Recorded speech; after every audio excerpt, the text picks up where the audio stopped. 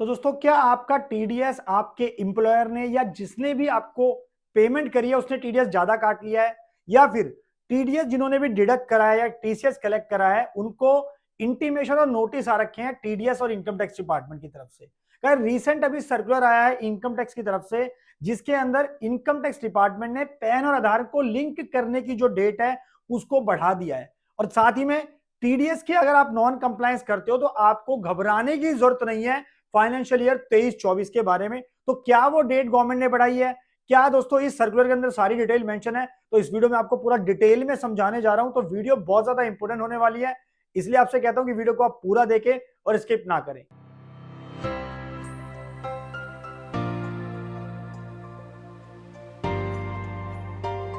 नमस्कार, मैं दीपक बैसला आपका स्वागत करता हूं हमारे YouTube चैनल पर। दोस्तों, चैनल पर नए हो तो वीडियोस को लाइक करें, शेयर करें और मुझे मोटिवेट करने के लिए चैनल को सब्सक्राइब जरूर कर ले। नीचे लाल बटन उसको दबाएं ताकि ऐसे वीडियो आपको टाइम टाइम पे मिलती रहे। और बाकी सोशल मीडिया प्लेटफॉर्म पे आप हमें फॉलो कर सकते हैं, सबका लिंक आपको डिस्क्रिप्शन में मिल जाएगा। क्लिक करके ज्वाइन कर लेना, क्योंकि वहां पे मिलती रहेंगी आपको अपडेट्स फाइनेंस और टैक्सेशन। तो गाइस, जैसा कि आपको पता है कि जिन लोगों ने भी अपना आधार और पैन कार्ड लिंक नहीं कराया था, तो उसके लिए पिछले साल सरकार ने एक सर्कुलर निकाला था, सर्कुलर 3/2023, जो कि हमारा मार्च 2023 की डेट का है। तो गाइस, उसके अंदर ये मेंशन था कि जिस भी पर्सन ने अगर अपना आधार पैन लिंक नहीं कराया तो उस केस में उसका पैन कार्ड जो है वो इनऑपरेटिव हो जाएगा, बेकार हो जाएगा। सो दैट मीन्स अगर अपना पैन कार्ड आप यूज करना चाहते हो, कहीं पे उसको एज अ डॉक्यूमेंट देना चाहते हो केवाईसी के पर्पस के लिए, लेट्स सपोज आप बैंक में देना चाहते हो, डीमेट अकाउंट में देना चाहते हो, कोई प्रॉपर्टी खरीद रहे हो, कोई भी एसेट परचेज कर रहे हो, तो वहां पे आपका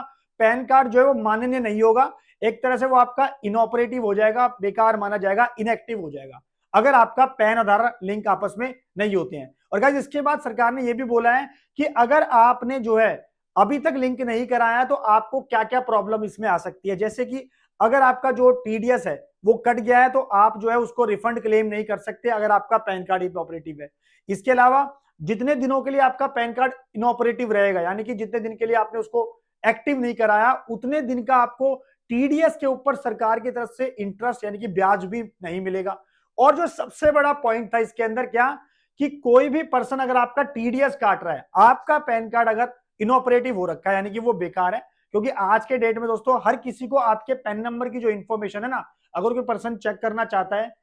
वो इनकम टैक्स के पोर्टल पे जाके ऑनलाइन चेक कर सकता है कि आपका पैन कार्ड इनऑपरेटिव या एक्टिव है कि नहीं है। तो उसके लिए वैसे मैंने वाली वीडियो बना रखी है, इसमें पूरे स्टेप्स बता रखे हैं कि कैसे आप चेक कर सकते हैं। तो वीडियो रेफर कर सकते हैं, लिंक आपको डिस्क्रिप्शन में मिल जाएगा। तो गाइस, उस केस में क्या था कि जिस पर्सन का भी पैन कार्ड इनऑपरेटिव है और उसको जो भी पर्सन एज अ एम्प्लॉयर को सैलरी पे कर रहा है या कोई आपकी दूसरी इनकम है जिसपे आपका टीडीएस काटना पड़ रहा है किसी पर्सन को जो आपको पेमेंट दे रहा है, तो उस केस में उस पर्सन की रिस्पॉन्सिबिलिटी है कि वो आपका जो टीडीएस है वो हायर रेट से काटेगा जो इनकम टैक्स में मेंशन है। यानी कि कितना रेट है? 20%। लेट्स सपोज अगर वो आपको कोई रेंट की पेमेंट कर रहा है तो रेंट पे आपका जो दोस्तों टैक्स जो टीडीएस का रेट आता है वो 10% होता है। कोई प्रोफेशनल की इनकम आपको पे कर रहा है तो उस पर 10% टैक्स होता है। कोई एज अ कॉन्ट्रैक्टर के रूप में आपको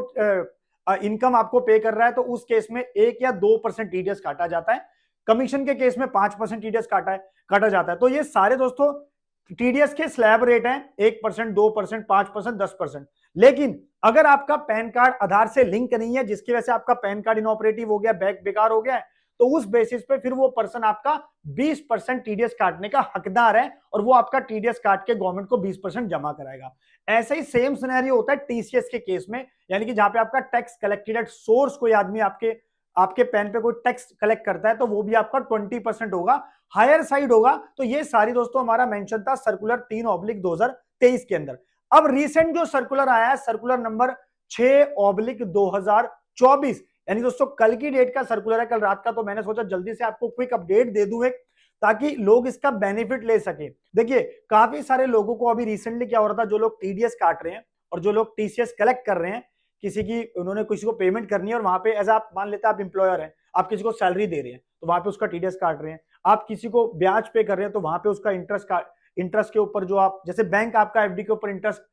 पे करता है तो वहां पे टीडीएस काट लेता है। ऐसे कोई आपको कमीशन पे कर रहा है तो वो आपका कमीशन के ऊपर टीडीएस काट लेता है। तो कोई भी पर्सन आपको जो टीडीएस काट रहा है और जो पे कर रहा है, यानी कि जो डिडक्टर है, यानी जो कलेक्टर है, जिसकी जिम्मेदारी है टीडीएस को डिडक्ट करने की, तो गाइस उसके लिए गवर्नमेंट ने यहाँ पे एक रिलैक्सेशन दे दी है। क्या कि उसने अगर 31 मार्च 24 तक जिसका भी टीडीएस काटना था और उसको बाद में पता लगा कि भाई इसका जो पैन कार्ड था वो तो इनऑपरेटिव था, लेकिन उसने गलती से क्या करा, सेम रेट में कम रेट में टीडीएस काट लिया और उसको काटना कितना था, जो सर्कुलर हमारा 3/2023 आया था, तो उससे ये गलती होगी। अब इसी चीज को देखते हुए काफी सारे लोगों ने यहाँ पर गुहार लगाई इनकम टैक्स डिपार्टमेंट को कि सर देखो, लोगों के बहुत सारे लोगों के पैन कार्ड इनऑपरेटिव थे, हमें पता लगा नहीं है और हमने जो है क्या कर लिया, हमने टीडीएस जो है कम रेट से काट लिया, जिसके बेसिस पे तो जो भी लोग डिडक्टर, जो भी कलेक्टर हैं गाइज, उनको जो है टीडीएस डिपार्टमेंट से, इनकम टैक्स से जो है शॉर्ट डिडक्शन के डिफॉल्ट के नोटिस आ गए हैं कि आपकी गलती है,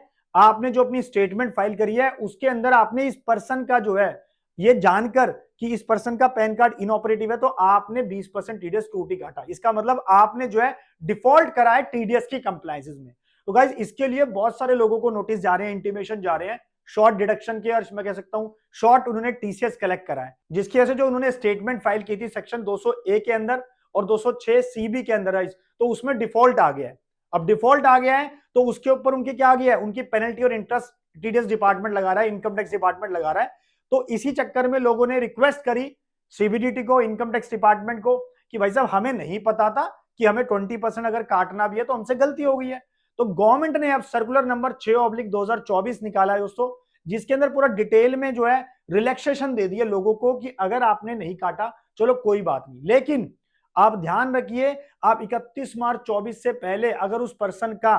पैन कार्ड ऑपरेटिव हो जाता है तो वेल एंड गुड है। दैट मींस आपने 31 मार्च 24 का जो टीडीएस काटना था, जिसको हमें पे कब करना है, 30 अप्रैल 2024 तक जमा कराना है और 31 मई 2024 तक उसकी फोर्थ क्वार्टर की क्या करनी है, टीडीएस रिटर्न फाइल करनी है। तो अभी आपके पास समय है, आज हमारे पास 24 अप्रैल है, तो गवर्नमेंट ने बोला कि भाई आज आपके पास टाइम है 31 मई तक का। तो जो लोग अपना 31 मई 24 तक अगर इस पीरियड के दौरान अपना ऑपरेटिव कर लेते हैं तो वेल एंड गुड है। 31 मार्च 24 तक आप जो है सेम रेट पे काट के जमा करा सकते हो, कोई दिक्कत नहीं है। लेकिन 31 मई 24 के बाद क्या होने वाला है, अगेन अगर 31 मई 24 निकल गई है तो फिर वो पर्सन आपका 20% टीडीएस ही काटेगा, 20% टैक्स जो है कलेक्ट करके, यानी कि टीसीएस कलेक्ट करके गवर्नमेंट को जमा कराएगा। गाइस आज की डेट में पैन आधार लिंक का कोई लिंक करना कोई इतनी बड़ी प्रॉब्लम नहीं है,